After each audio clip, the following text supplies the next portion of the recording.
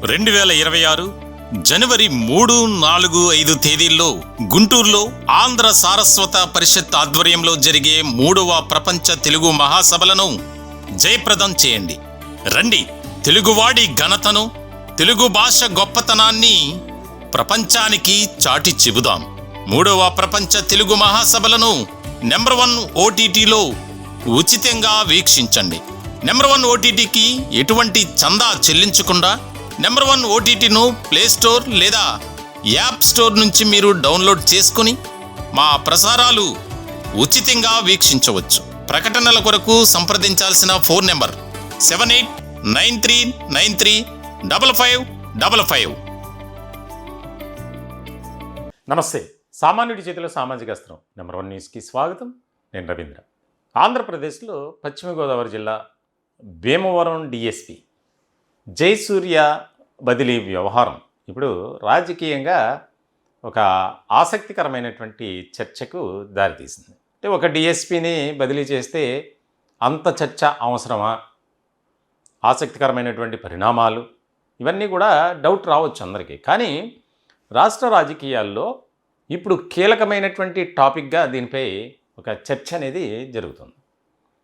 ఏడాది క్రితం భీమవరం DSPగా బాధ్యతలు స్వీకరించినటువంటి జయసూర్య ఆయన అక్కడ సమర్థవంతంగా పనిచేస్తున్నారు. అందులో ఎలాంటి డోకా లేదు. ఆయనకు సంబంధించినటువంటి విషయంలో ముఖ్యంగా ఏదైతే భీమవరం డివిజన్ ఉందో, సబ్ డివిజన్ ఉందో, దానికి సంబంధించి ఆయన ఒక రకమైనటువంటి విధానంతోనే పనిచేస్తూ వెళ్తున్నారు. ఎక్కడైనా సరే సాధారణంగా ప్రభుత్వ ఉద్యోగులు, అందులోనూ పోలీస్ డిపార్ట్మెంట్లో ఉన్నవారిపై ఒక రకమైనటువంటి ఒత్తిడి ఉంటుంది. అందులో పోలీస్ డిపార్ట్మెంట్ ప్రత్యేకంగా చెప్పుకోవాలి మనం. ఇక్కడ ఆయనపై కూడా అదే రకమైనటువంటి ఒత్తిడి. ఎక్కడా కూడా తలొగ్గలేదు, ఎక్కడా కూడా ఆయన వెనక్కి తిరిగి చూడలేదు. ఆయన ఏదైతే ఆయన పరిధిలో ఉందో దాని ప్రకారం చేసుకుంటూ వెళ్ళిపోతున్నారు. ఆయన ట్రాక్ రికార్డ్ కూడా అదే విధంగా ఉంది. దానికి సంబంధించి 2 నెలల క్రితం పవన్ కళ్యాణ్ పశ్చిమ గోదావరి జిల్లా ఎస్పీకి కాల్ చేసి అతనిపై విచారణ చేయండి, అనవసరమైనటువంటి వివాదాల్లోకి ఆయన ఇన్వాల్వ్ అవుతున్నారు అని ఆయన మాట్లాడటం, దానికి సంబంధించి ఆదేశాలు జారీ చేయటం, వెంటనే ఒక ప్రత్యేకమైనటువంటి కమిటీను విచారణకు ఆదేశించడం, ఇవన్నీ కూడా చకచక జరిగిపోయాయి. ఇక్కడ కీలకమైనటువంటి అంశం ఏంటంటే జాతీయ స్థాయిలో ప్రతిష్టాత్మకమైనటువంటి అవార్డు తీసుకున్నారు. ఎప్పుడైతే పవన్ కళ్యాణ్ ఆదేశాలు జారీ చేశారో దానికి సంబంధించి కొద్ది రోజుల క్రితమే, అంటే ఆ ఆదేశాలు ఇచ్చినటువంటి కొద్ది రోజులకే ఆయనకు అవార్డు ఇచ్చారు. అంటే ఒక అవినీతికి, అక్రమాలకు పాల్పడుతున్నటువంటి అధికారులకు సాధారణంగా అవార్డులు ఇవ్వడం జరగదు పోలీస్ డిపార్ట్మెంట్లో ప్రధానంగా. అక్కడ స్థానికంగా కూడా జయసూర్య చాలా మంచి అధికారి, ఎలాంటి అవినీతి అక్రమాలకు డౌన్ అవ్వకుండా, ఒత్తిళ్లకు తలగ్గకుండా పని చేసుకుంటూ వెళ్తారు. కింది స్థాయి సిబ్బందితో కూడా ఒక మంచి సాన్నిహిత్య సంబంధాలు కలిగి ఉంటారు. అంటే ఒక ఆఫీసర్ అనే విధానంతో కాకుండా ఒక ఫ్యామిలీ మెంబర్గానే కలిసిపోతారు అనేది ప్రతి ఒక్కరు చెప్తున్నటువంటి మాట. ఆయన గురించి కూడా మేము చాలా వివరాలు సేకరించాం. ఏదైతే ఇప్పుడు బదిలీ జరిగిందో, ఈ బదిలీ జరగడం వెనుక ఈ యొక్క పవన్ కళ్యాణ్ ఆదేశాలు బాగా పనిచేశాయి అనేది చర్చనీయాంశమైనటువంటి టాపిక్గా మారిపోయింది. ఇక చాలా కీలకమైనటువంటి అంశం ఏంటంటే ఆయన దాదాపుగా 24 రోజుల నుంచి లీవ్లో ఉన్నారు, మెడికల్ లీవ్. బందోబస్తుకు వెళ్ళినటువంటి సందర్భంలో ఒక చోట ఆయనకు కాలుకి గాయమైంది. దీంతో అక్కడ ఇన్ఛార్జిగా సమీపంలో ఉన్నటువంటి DSPని వేశారు. ఇలాంటి సందర్భంలో సాధారణ బదిలీలో భాగంగానే జయసూర్యను ట్రాన్స్ఫర్ చేశారు అనేది ఒక చర్చ జరుగుతుంది. మరోపక్క అవినీతి అక్రమాలకు సంబంధించి కొన్ని విషయాలు నిర్ధారణ అయ్యాయి. దానిలో భాగంగానే ఆయన్ను ఆగమేఘాల మీద బదిలీ చేయటం జరిగింది. ఎక్కడా కూడా పోస్టింగ్ ఇవ్వలేదు. ఇక్కడ ముఖ్యమైనటువంటి అంశం ఏంటంటే పోస్టింగ్ అనేది ఆయనకి ఇవ్వాల. దీనికి సంబంధించి మనం స్క్రీన్ మీద చూస్తున్నాం. Proceedings of the director general of police Andhra Pradesh Mangalagiri. దీనికి సంబంధించి the police establishment board constituted in the GO number 1 read above met today, that is 24/12/2025, and having gone through records and service particulars of DSP Civil, recommended the following transfers and postings. As per the above recommendations of the Police Establishment Board, the following transfers and postings are ordered with immediate effect. అంటే వెంటనే అమలయ్యే విధంగా ఈ యొక్క order కాపీలో ఒక మెమోలో ఉంది. దీనికి సంబంధించి రఘువీర్ Vishnu DSP waiting, he is posted as SDPO Bhimavaram vice Shri RG Jayasurya transferred. RG Jayasurya SDPO Bhimavaram, on transfer he is directed to report at police head quarters Mangalagiri. అంటే SDPO sub divisional police officer, అంటే దాన్ని షార్ట్కట్లో డిఎస్పీ అని పిలుస్తారు. ఈ యొక్క ఎవరైతే రఘువీర్ విష్ణు ఉన్నారో ఆ జయసూర్య ప్లేస్లో డిఎస్పి ఆయన ప్లేస్లో ఈయన్ని నియమించడం జరిగింది. దీనికి సంబంధించి ఇది ఆర్డర్ కాపీ, దీనికి సంబంధించినటువంటి ఇది. ఇప్పుడు దీని మీద చర్చ ఏం జరుగుతుంది అంటే రాజకీయ వర్గాల్లో, ప్రధానంగా పోలీసు వర్గాల్లో, జనసేనలో మా అధినేత ఆదేశాలు ఇవ్వడంతోనే ఆయనపై వేటు పడింది. భీమవరం సబ్ డివిజన్ పరిధిలో ఉన్నటువంటి ఆ యొక్క కొన్ని పోలీస్ స్టేషన్ పరిధిలో విచ్చలవిడిగా కోడిపందాలు, పేకాట స్థావరాలపై కొంతమందికి అనుకూలంగా మరికొంతమందికి ప్రతికూలంగా వ్యవహరిస్తున్నటువంటి డిఎస్పి జయసూర్య, ఇది జనసేన నుంచి బాగా వచ్చినటువంటి ఫిర్యాదు. భీమవరం ఎమ్మెల్యే కూడా అదే రకమైనటువంటి కంప్లైంట్ చేశారు. వాస్తవానికి ఒక డిఎస్పి స్థాయి అధికారిని విచారించాలి, లేదంటే అతనిపై ఒక కమిటీ వేసి పూర్తి స్థాయిలో అతనికి సంబంధించిన వ్యవహారాలను తెలుసుకోండి అని చెప్పి సాక్షాత్తు డిప్యూటీ సీఎం కాల్ చేసి చెప్పడం అనేది అదొక కీలకమైనటువంటి పరిణామం. సాధారణంగా ఎక్కడ జరగదు. అంటే పవన్ కళ్యాణ్ గత కొంతకాలం నుంచి కూటమి ఏర్పాటైన తర్వాత శాంతి భద్రతల విషయంలో, అంటే పోలీస్ డిపార్ట్మెంట్, హోమ్ డిపార్ట్మెంట్పై తీవ్రమైనటువంటి అసహనంతో ఉన్నారు, అసంతృప్తితో ఉన్నారు.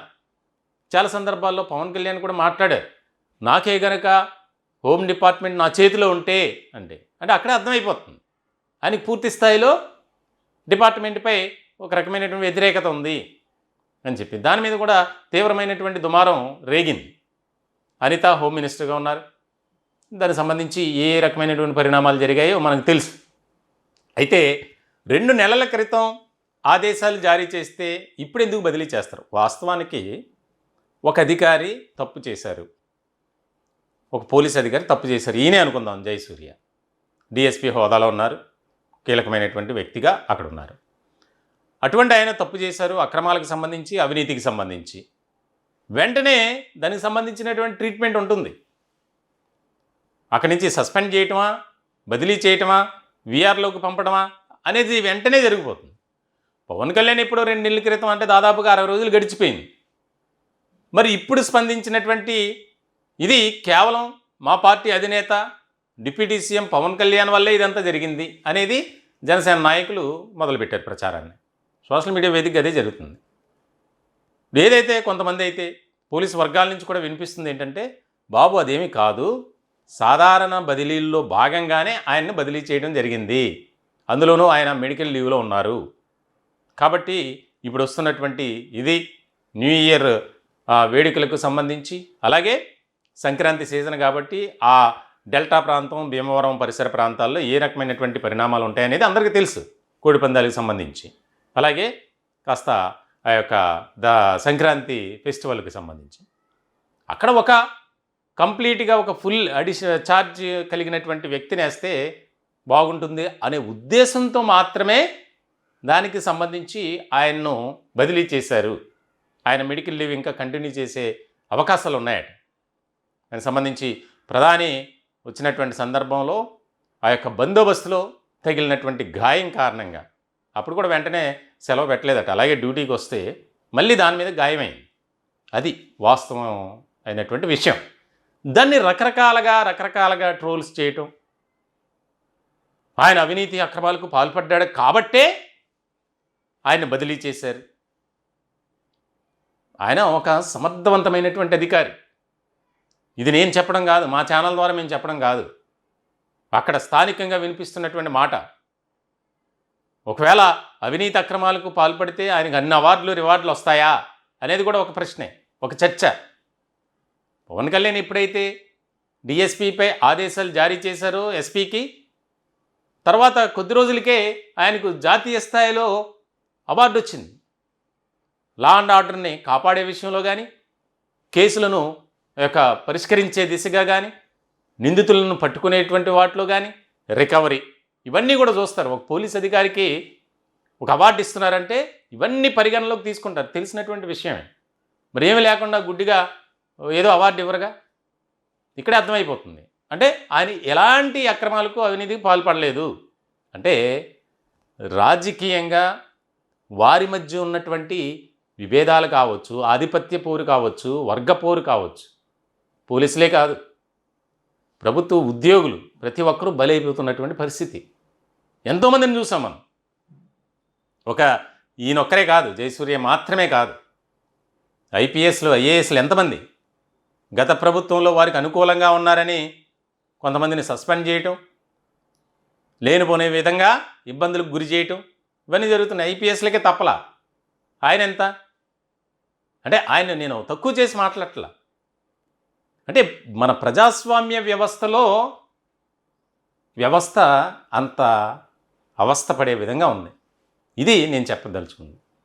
ఏ రకమైనటువంటి విధానంతో ఆలోచిస్తున్నారు?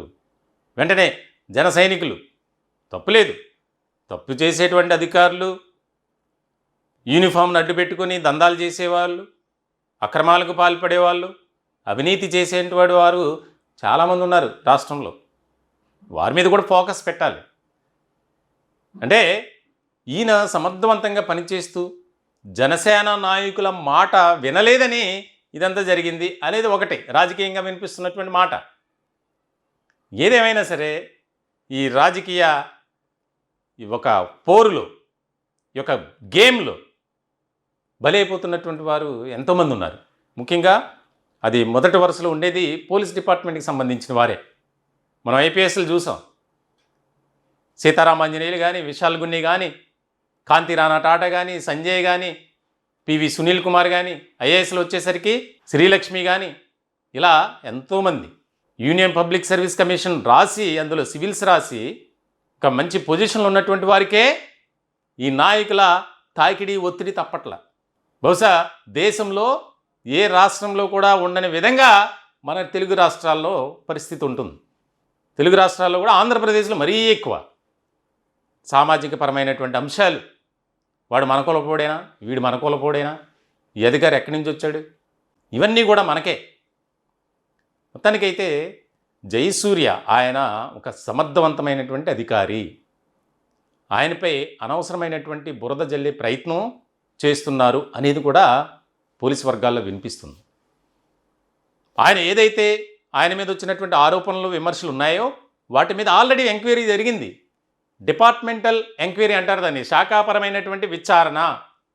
దాంట్లో కూడా ఆయనకు ఎక్కడా కూడా రిమార్క్ లేదు, క్లీన్ చీట్ ఇచ్చారు. ఎందుకనంటే ఆయన గతంలో పనిచేసినటువంటి ప్రాంతాల్లో కానీ ఎక్కడ పనిచేసినా ఒక మంచి అధికారికి గుర్తింపు తెచ్చుకున్నారు. మొత్తానికైతే ఇది రాజకీయంగా దాన్ని వారి వైపు మలచుకొని ఇది మా ఘనత, మా వల్లే సాధ్యమైంది. మరొక నాయకుడు అంటాడు వైసీపీకి సంబంధించి, కనీసం ఉప ముఖ్యమంత్రి ఆదేశాలు జారీ చేసినా డిఎస్పీపై ఎలాంటి చర్యలు తీసుకోలేదు. దాన్ని మాకు అనుకూలంగా మార్చుకుంటాం, రాజకీయంగా వాడుకుంటాం అన్న విధంగానే నేతల తీరుంది. మొత్తానికైతే మేము కూడా సమగ్రంగా అధికారి జయసూర్య ఆయన పనితీరు కానీ, ఆయన ఎక్కడ పనిచేశారు, గతంలో పనిచేసినటువంటి విధానంలో కానీ అన్నీ కూడా మేము కూడా సేకరించాం. మా దగ్గర చాలా డేటా ఉంది. ఆయనపై ఎక్కడా కూడా అవినీతి మరక లేదు. ఇలాంటి సందర్భంలో ఇక్కడ ఇంకొక మాట వినిపిస్తుంది. ఏదైతే మంచి అధికారి అని చెప్పి రఘురామకృష్ణరాజు ఆంధ్రప్రదేశ్ డిప్యూటీ స్పీకర్, ఆయన కూడా ఒక సర్టిఫికేట్ ఇచ్చారు. ఆయన బహిరంగ మీడియా ముందే మాట్లాడారు. ఇప్పుడు ఇంకొకటి, ఆయనకే గౌరవం లేదు, ఆయన మాటను కూడా పట్టించుకోలేదని. అంటే ఏ రకమైనటువంటి మాటలైనా ఈ రాజకీయ నాయకులు మాట్లాడతారు.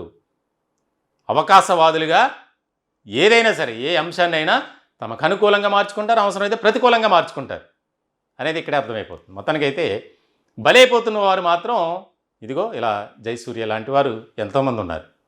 మొత్తానికైతే ఇది ఖచ్చితంగా సాధారణ బదిలీల్లో భాగంగా మాత్రమే జరిగింది తప్ప ఆయన ఆరోగ్య రీత్యా అది ముఖ్యమైనటువంటి కారణం. ఆయన ఎప్పుడు జాయిన్ అవుతారు ఇంకా తెలియనటువంటి పరిస్థితి. సో ఆ డివిజన్లో డిఎస్పి పోస్ట్ ఖాళీగా ఉంది కాబట్టి రఘువీర్ విష్ణు ఆయన కూడా మంచి అధికారి, ఆయన మీద కూడా ఏదో ముద్రేస్తారు ఖచ్చితంగా. ఇప్పటికే మొదలైంది. ఆయన ఎక్కడి నుంచి వచ్చారు, ఏంటి ఆయన పనితీరు, ఏంటి ఆయన ఏ కులపోడు, మనవడేనా కాదా, ఆయన ఏసీబీలో చేశారు, గతంలో కాకినాడ డిఎస్పీగా పనిచేశారు, ఆయన మంచి సమర్థవంతమైనటువంటి అధికారిగా కూడా గుర్తింపు తెచ్చుకున్నారు. మొత్తాన్ని చూడాలి. భీమవరం విషయంలో వచ్చేది అసలే కోడిపందాల సీజను. మరి రఘువీర్ విష్ణు ఆయన ఏ రకంగా అన్నీ కూడా ఎదుర్కొని ముందుకు వెళ్తారనేది. మొత్తానికైతే ఈ భీమవరం డిఎస్పి అంశానికి సంబంధించి కీలకమైనటువంటి చర్చ ఇంక జరుగుతూనే ఉంటుంది. ఈ టాపిక్పై మీ విలువైనటువంటి అభిప్రాయాలు కామెంట్ రూపంలో తెలియజేయండి. దయచేసి మా ఛానల్ని సబ్స్క్రైబ్ చేసుకోండి. Thank you.